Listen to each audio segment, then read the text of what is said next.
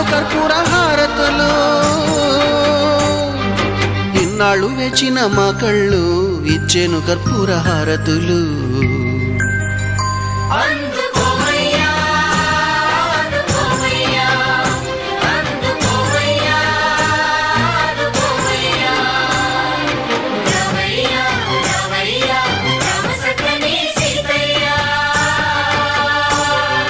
రావయ్యా రావయ్యా రామ సక్కని సీతయ్యా.